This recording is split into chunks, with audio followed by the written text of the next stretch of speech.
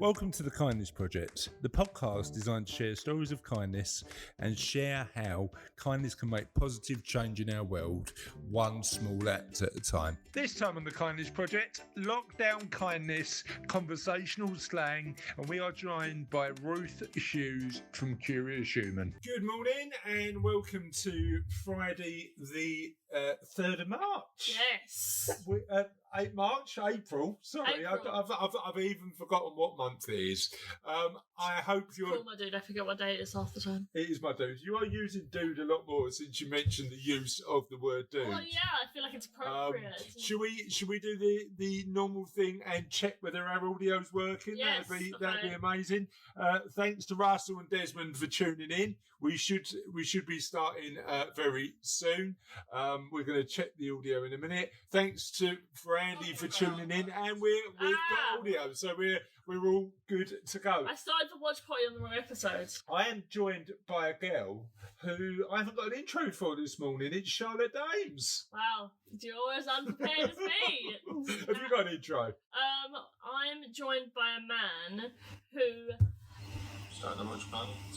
Sorry, this is really distracting, and I had one in my head. Have you missed the intro now? Yeah, it's gone. Oh, it's gone. No. I'm joined by a girl who loves Instagram so much. She follows loads of Insta famous people. It's Charlotte Dames. Do I? Good? No, I don't know if you do, to be honest. However, we are joined by a special guest today, a lady who puts the positive in positive psychology. It's Ruth. Hi, Ruth. How are you? Hi. Good morning. Lovely to be with you today. Thanks for joining us. We really appreciate it. It's really good to have you. But before we, Ruth, I know you're going to share with us quite a lot about how people can mentally endure and stay resilient in the current times. But before we do that, should we do our parish notices? Because I want to say a few thanks. Because interestingly, we started this about a week and a half ago. We've never done a Facebook Live on the Kindness Project before. We've always been a audio-based affair. Is the word affair? Yeah. And we've been doing it for 2 years, but we thought we'd trial Facebook Live. This whole quarantine thing. Yeah. Did you remember to put Audacity on? I haven't put Audacity on, but Russell will now have to record it, so thank you for that. But we have had, over the last few days, about 3,000 views on the videos. So thank you for everybody who's tuning in to watch it. Thank you to everybody who gets involved every single day we run it, because we have loads of comments and questions and people are really liking to get involved. Happy Friday, Nick. Morning. Thanks for your live comment. And hello to Lucy and Desmond and Russ and Kevin and Tina who are all getting involved. So thanks for tuning in and watching. We're going to keep on going. Yep. Not every day, but probably 4 or 5 days a week doing this, because it's quite a good laugh, isn't it? Yeah, I think we don't do Thursdays because that's when you've got the Savello live, and we don't do Saturdays, so we're taking really odd days off. So we're not doing it tomorrow, but we are doing it Sunday. Well, you know what's weird? I'm doing work over Easter because it is sort of merged into one. There's no break. And I don't know if Ruth would suggest that's a good idea. Ruth, what do you think? Like, in this period where there seems to be less structure, should you still take like Easter off? What do you think? I would say it's really up to you. I mean, there's a lot of evidence that if you're in quite an unstructured environment. So I'm doing a lot of work at the moment with people who are struggling to adjust to working from home, for example. Yeah. So it's quite important, if you're one of those people that struggles in an unstructured environment, to give yourself some structure, maybe timetable your day, think about it in advance and get up in the morning, get dressed and take weekends off so that you've got some time that's different from working time.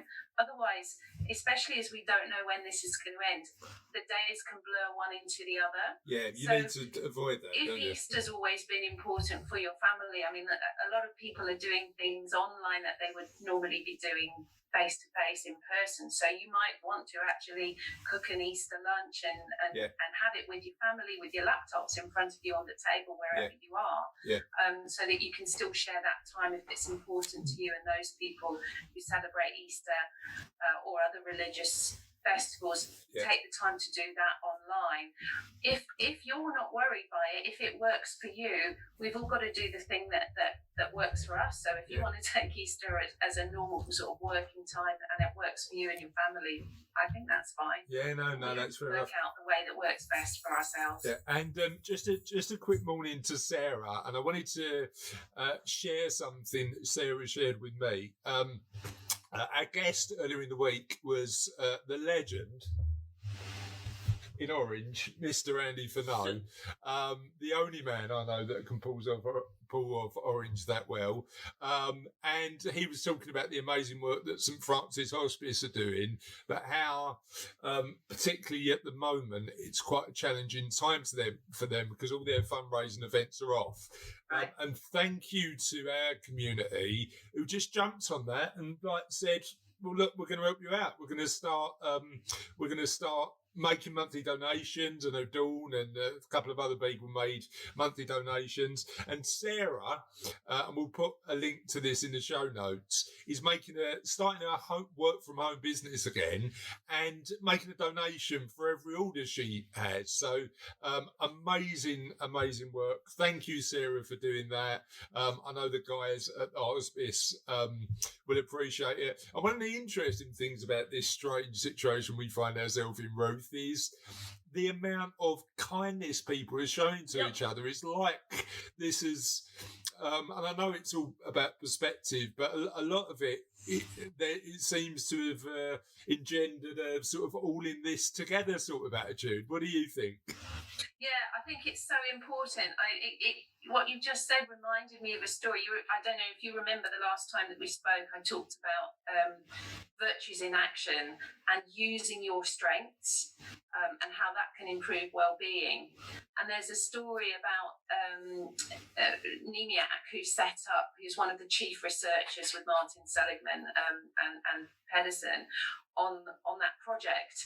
As a young boy, his mum used to say to him, if he was acting up a bit, she said, "Oh, you're really grumpy today, go and do something kind for somebody."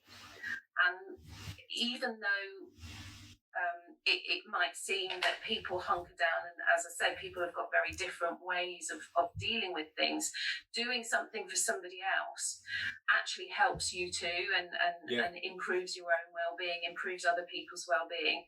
I think one of the things that's keeping everybody going is this kind of community sense that we're in this together, we can help each other. And whether that means clapping the NHS at 8 o'clock, or whether it's part of this huge wave of volunteerism that's happening either in a very local way for our neighbours, just helping out people who can't get out of the house and doing shopping, that kind of thing, or whether it's volunteering for the NHS. I think this, or fundraising, as you've just explained with your listeners, mucking in and thinking, all right, well, what can I do? And that also boosts our sense of autonomy. So at the moment we're in a situation where perhaps we're feeling really quite out of control in terms of the broad picture. So we can't control this coronavirus. There are some things that we can do to influence its spread by remaining socially isolated and washing our hands and all the other things that we're being advised to do. But what we can do is positively impact on the lives of those around us through fundraising, through volunteering, through just helping one another out. And I think that's really important for our well-being. Yeah, I mean, one of the challenges that I face is I've got no practical skill at all. So this is my positive contribution and trying to help people by sharing their stories, sharing tips that might be able to help, and thinking about life through a potentially a bit more of a positive framework is quite useful. Before because we haven't even got on to you telling us a little bit about you. But what I want to do before we do that, Ruth, I want to share today's not this week, because we're not doing it week anymore, are we? Today's question of the podcast. And in your introduction, Ruth, I want you to include your answer to this particular question. What's your favourite game show / quiz show? Now I've got a favourite at the moment. It's House of Games, Richard Osman's House of Games, which has turned into a bit of a family affair. We all get involved. But I quite like a bit of retro game shows. So Bullseye is amazing, and the best bit about Bullseye is when they won the speedboat and they lived somewhere in the Midlands, nowhere near a beach. And I always wondered what they did with that speedboat. You know what I love? When it's on The Price is Right, but the person looks like they couldn't even get on the motorbike they won. And it was like, well, why couldn't they get on the motorbike? It's like, I don't know, they just looked like they couldn't get on the motorbike. And they looked a bit like, what am I going to do with that motorbike? Yeah, exactly. But would you say no to motorbike? No. You can always say it, can't you? I've learned to ride a motorbike. Ruth, what's your favourite quiz show? You know, I'm not massively a quiz show person, but I do get myself sneakily addicted to time Pointless. Yeah. And I'm not really sure why. I quite like the interaction. I like Richard Osman as well. The way that he speaks, the huge amounts of his knowledge. But I'm much more addicted to comedy quiz shows like Curi. That's something I really enjoy more than sort of the straight quiz shows. So, I just like those little nuggets of information and the humour that's shown and coming away thinking, those random pieces of information that stay with you. I really do enjoy that. QI is absolutely amazing for that. Nick, what is BFH? I don't know what BFH is, so thanks for your live comment. But if you can share with us what BFH is, that'd be amazing. Morning, Trev. Morning, dude. Morning, dude. I've heard dude a lot more.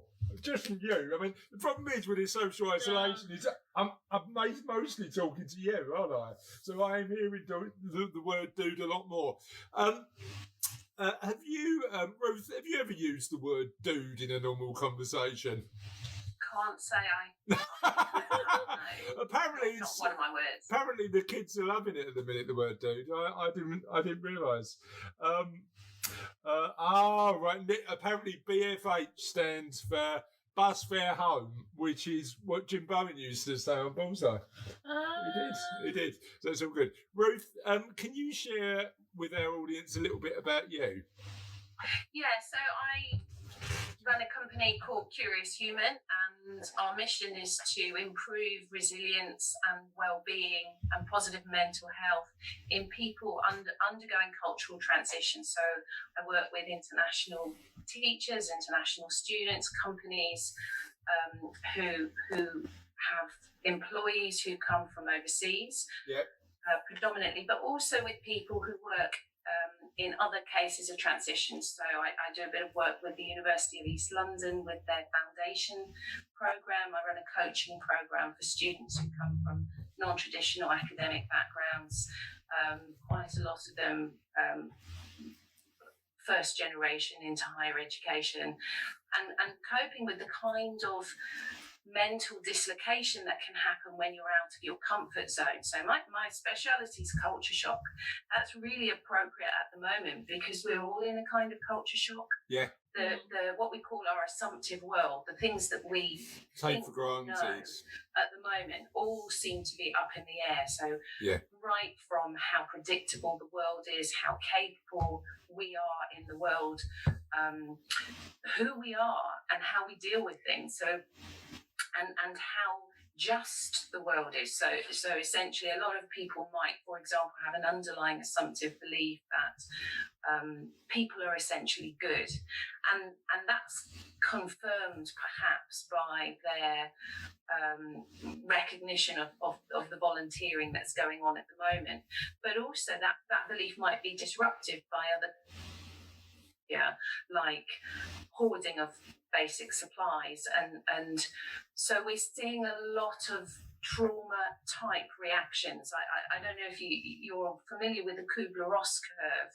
So that it's usually used for bereavement and the stages that people go through from shock, denial, anger, depression, and then testing new ideas and acceptance, and starting to cope with a new reality. And although it's normally presented in a curve, people move backwards and forwards between those different models. So for me, this whole coronavirus situation is a culture shock for all of us, and we might find ourselves gripped by those kinds of emotions, recognizing, getting some perspective on it. So what I do essentially is help people understand when they're in the grip of these different kinds of emotions, that they're normal, that they're human.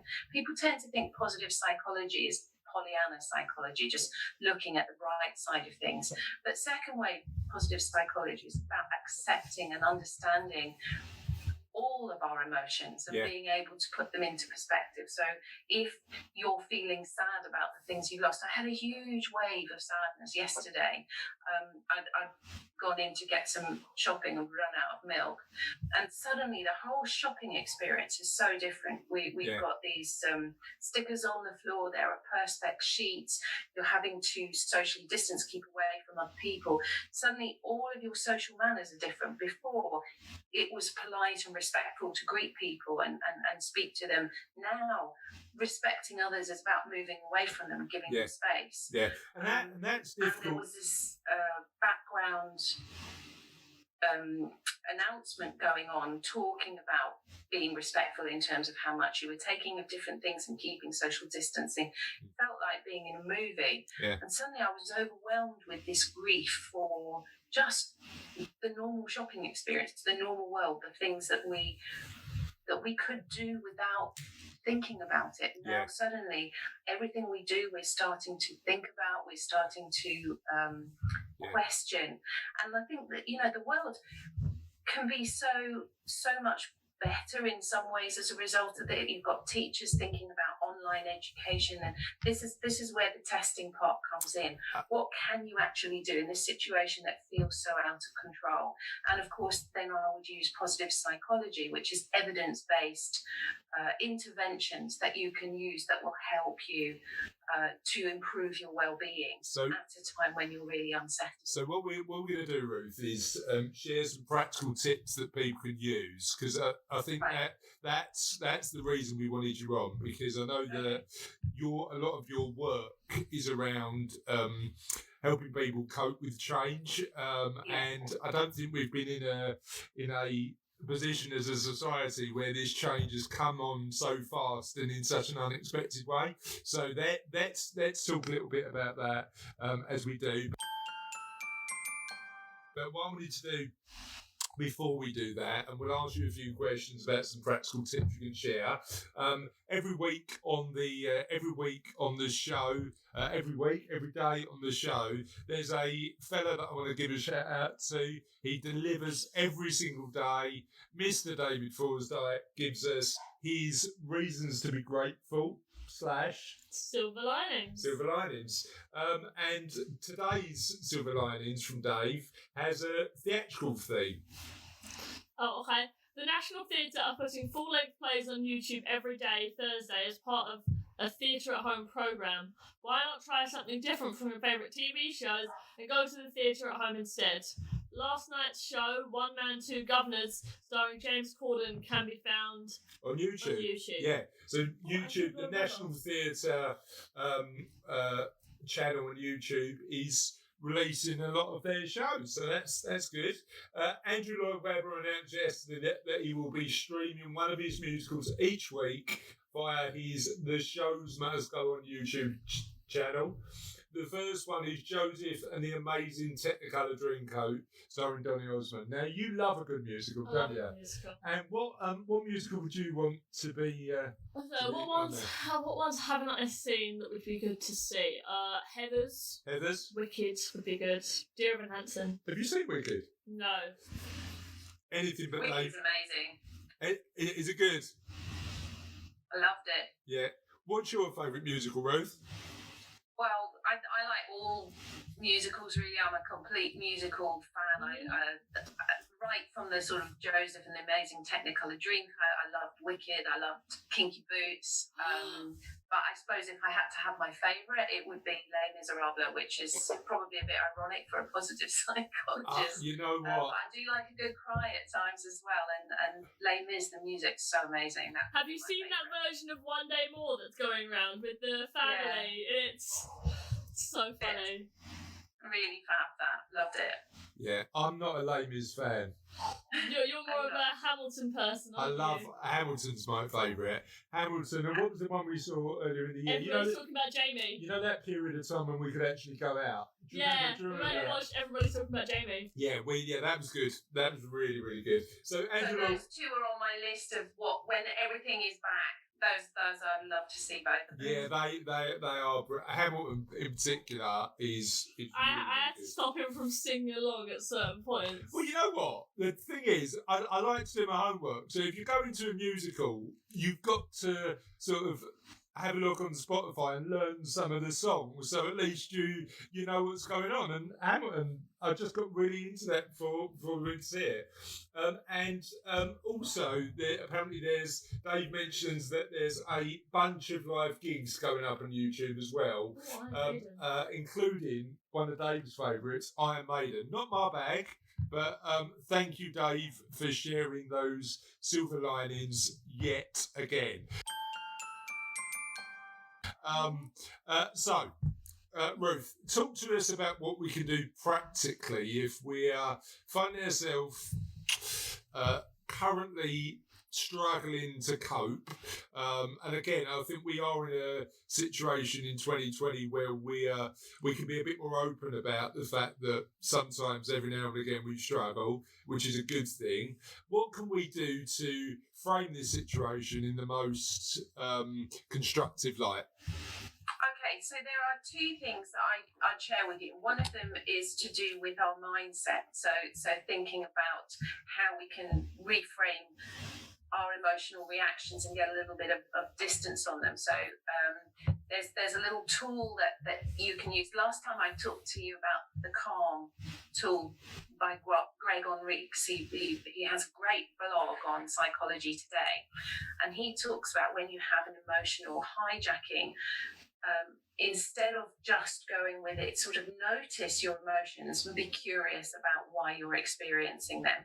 So curious and accepting, instead of having this interior mental stream of consciousness, your metacognitive observer going, I hate coronavirus situation is awful, I hate it, every day is terrible, I don't know what's going to happen, and you've got this whole sort of narrative stream just to think, okay, this is happening.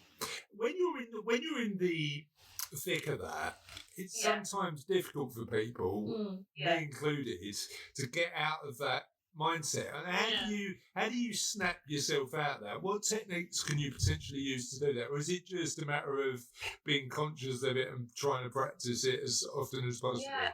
I mean, it's interesting because I don't think we should deny those emotions. It isn't about saying, oh, I shouldn't be feeling like this. Because our emotions are part of how we as human beings process things. Yeah. So I think it's more a case of noticing it and thinking, I'm really upset today.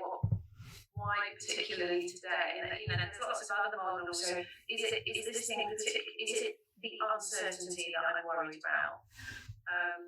And learning to accept uncertainty is one of the hardest things about the work that I normally do in culture shock.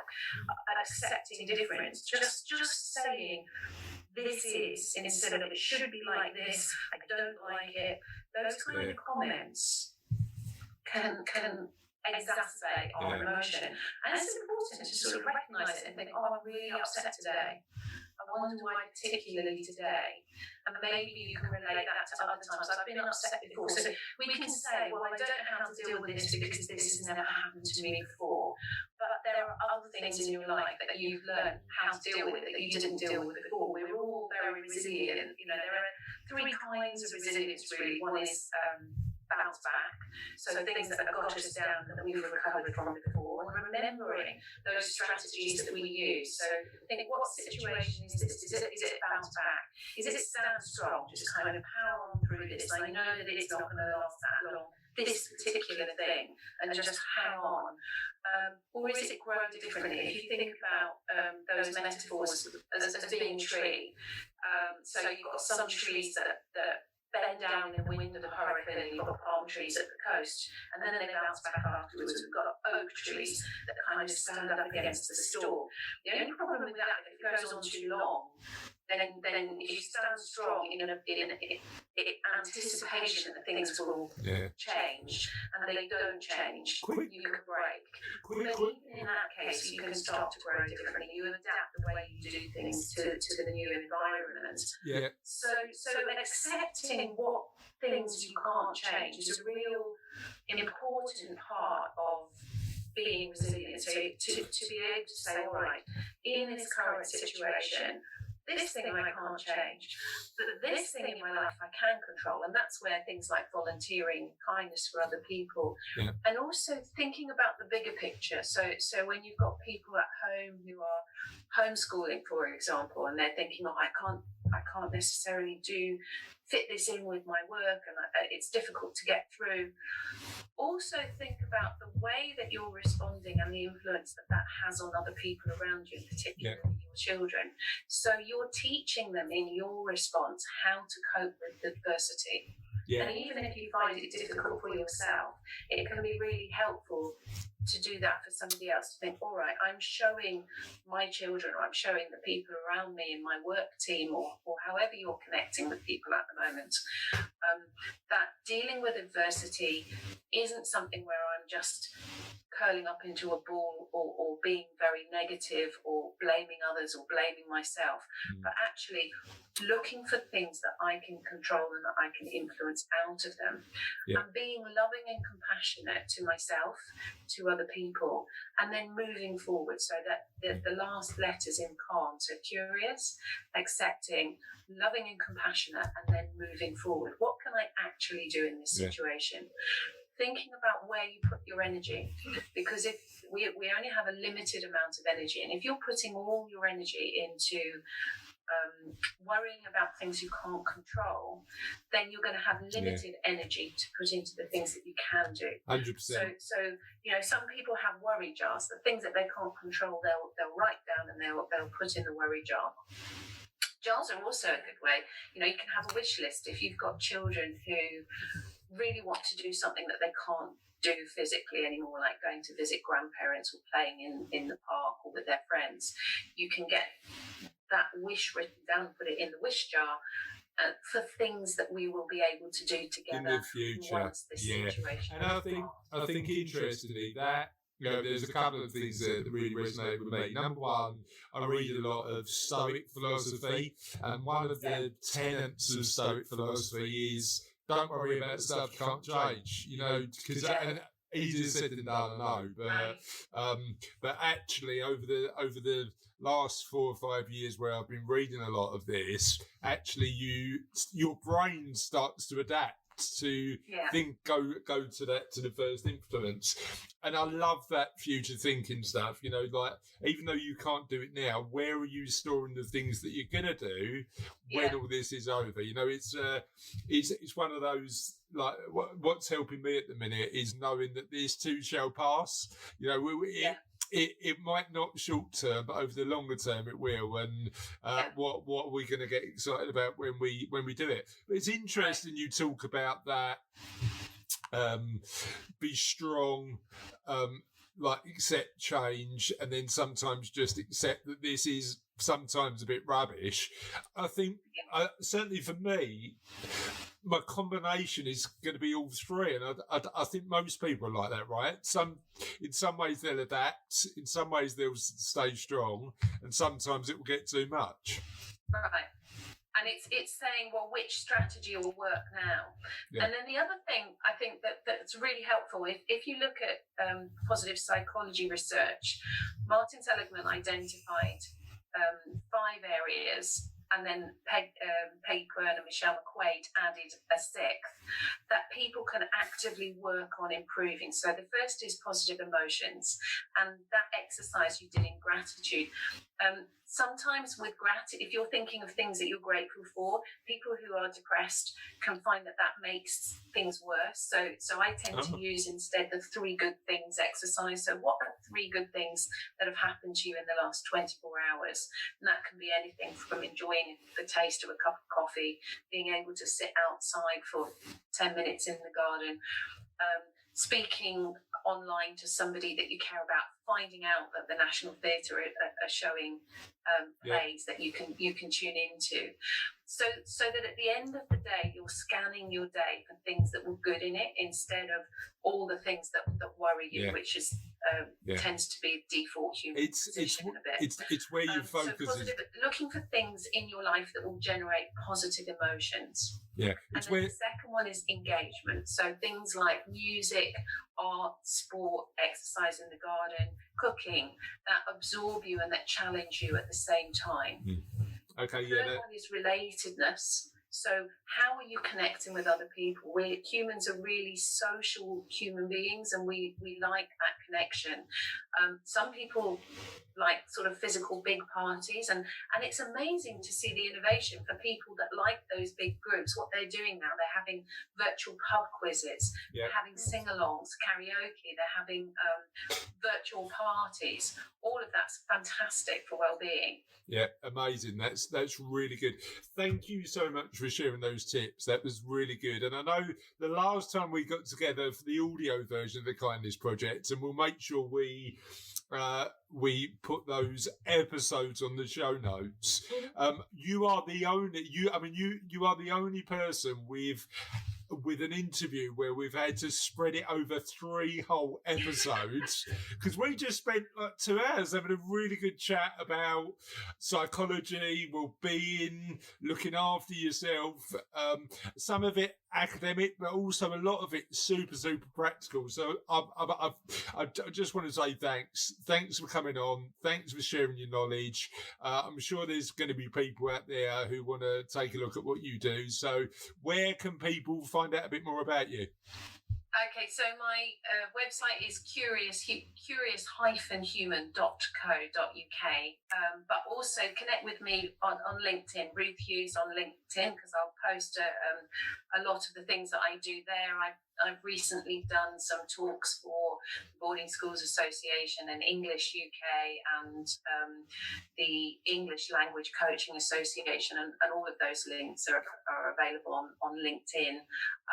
But yeah, by all means, get in touch with me. My email's office@curious-human.co.uk. Happy to answer any questions for anything that's come up today. And thank you very much, Chris and Charlotte, for having me on. Amazing. No, we've absolutely loved it. And what we'll do is, once we've given it to somebody a lot more technical than us, you'll get a copy of this video nicely edited, so you can use it as and when you need to. So thank you for that. Ruth, stick around. It is the end. It is the end of the podcast. It is the end of the podcast. So we're going to share some of the amazing answers we've had on Facebook and Twitter about people's favourite game shows.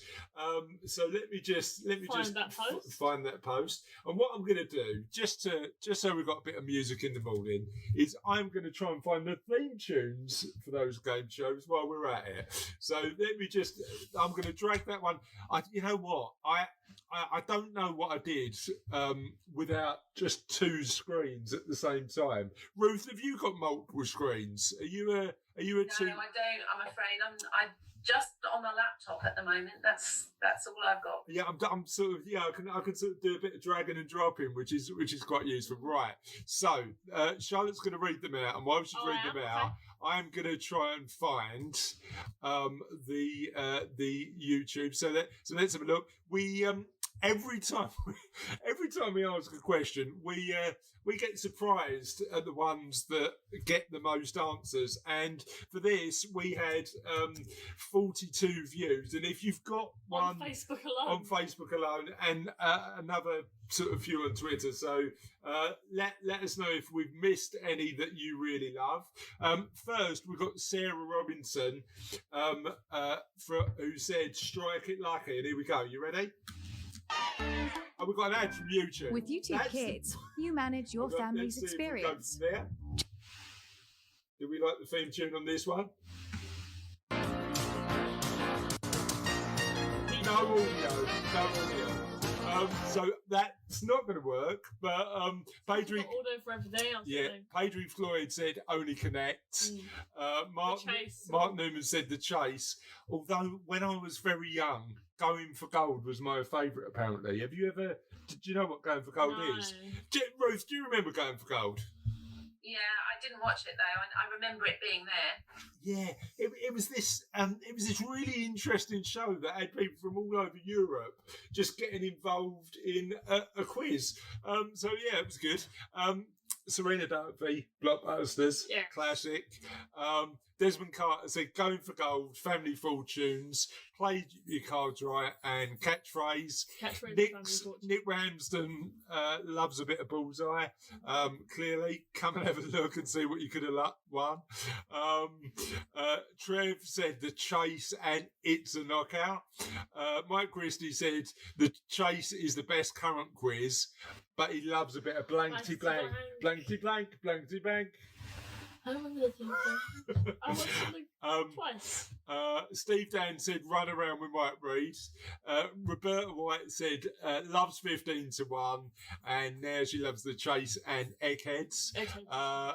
Francis Barrett said every Saturday I used to watch Big Break with my granddad. Big Break. Big Break was amazing. It was like a snooker based quiz show. Like Bullseye was darts. Big Break with snooker. Anita Hudson said Play Your Cards Right. Now, weirdly, the other year, we bought a big set of giant cards, didn't we? Do you remember? Yeah. So on Christmas Day, we had our own game of Play Your Cards Right. Al McCann said, ever. It's only one choice. Got to be Miles to Mind. John Cook said Going for Gold. Alice Joy said Bullseye. John's just posted a meme of Jim Bowen waving and then falling over, which I'll have to watch later.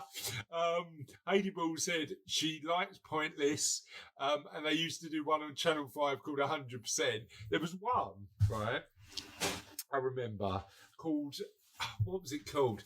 It was hosted on Channel 5, hosted by Tim Vine, and I'm sure it was called Whittle or something like that. There's one right now where you've got to not be the first, but you can't be the last either. And it's a bit like... What's that called? That's on Saturday night, isn't it? No idea. Oh, I can't remember. And Annie Flowers said Generation Game. Have you ever seen Generation Game? YouTube that. That's definitely worth a watch. Mark Alleman said currently it's got to be Tipping Point. Now the challenge I've got with Tipping Point is the questions are just way too easy. Like, what the capital of France was one that you come up the other day. If it's a quiz, it's got to be just a tiny bit challenging. And Cassie Dames, friend of the show, mum of you, wife of me, said, not sure if it counts as a quiz show, but definitely Catchphrase. Now, we have got a special guest who wants to pop her head in because she's sort of loitering in the background. So just here to pull her tongue out. Say bye to everybody, Sophie. Goodbye. What about Twitter? Twitter. Yeah, I'll have a look on Twitter. Ruth, what are you spending your time doing more of now you potentially got a little bit more time on your hands in lockdown? Yeah, I mean, I'm still delivering a lot of the things that I used to deliver live. I'm now delivering in terms of webinars. Okay. So I do make a point of going out with the dog and my husband every day and walking around. Luckily, we live right in the countryside, so we can do that without coming across other people. So I really appreciate how lucky we are to be able to do that. So we do walk every day.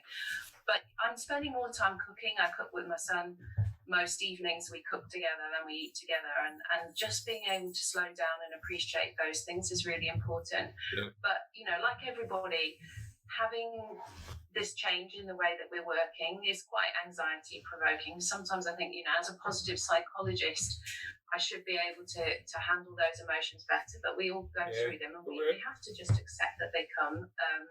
And so I'm looking at my business and thinking about how I can do things differently online. I'm spending some time. I'm working on a new website at the moment, so I've got a lot to do in terms of work. It doesn't feel actually like I've got any more time. It feels weirdly like the days are going faster at the moment. Same here. The only thing we need to cope with is making sure that we sort of just, because Sophie's 8, we've got homeschooling, and I didn't realise that I've got the second loudest dog in the world, and I say second because we interviewed. I've started a Facebook Live for my business as well, and we interviewed an accountant on there yesterday, and he's got the loudest dog in the world. So I don't know how that's worked, but we seem to have just really loud animals, and you don't realise when you're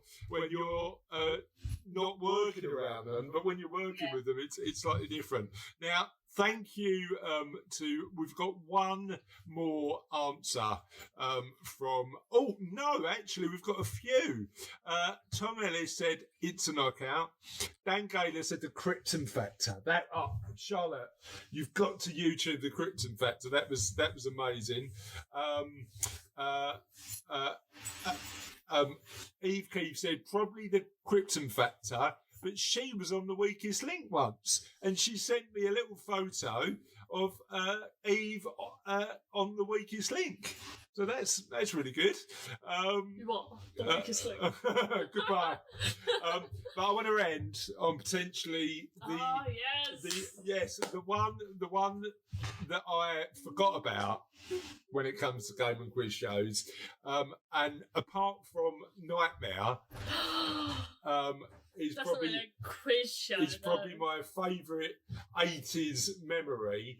I'm going. I don't know if you know this show, Ruth. I'm going with Pat Sharp. I'm going with Mullets. I'm going with Whole Lot of Fun. Prizes can be won. It's Funhouse. I can't believe we missed Funhouse. Funhouse is brilliant. I watched like amazing. 7 episodes in a row once. That is absolutely brilliant. And on that note, apologies, Ruth, for that just frivolity and just talking about mullets when you're talking about helping people. But mullet. Well, right. This is one of the things that worries me about being in lockdown. The limited amount of hair I've got left is going to be a real sign. Yeah. Are you going to be home barbering, Ruth? Is that how you're going to go? Already, as you can probably tell, home barbering, just cut the fringe when I need to. Yeah. Well, I don't think I'll be going for a mullet though. Are you going for a mullet? No, you can have my hair if you want. I might. Can I have your hair and just like sort of engineer a mullet? Yeah. Sounds good. And on that note, before we talk any more nonsense, thank you to Ruth for joining us today. Thank you very much for having me. Thank you to our viewers. Yes. We really appreciate you spending the time with us. See you later. Bye. Bye.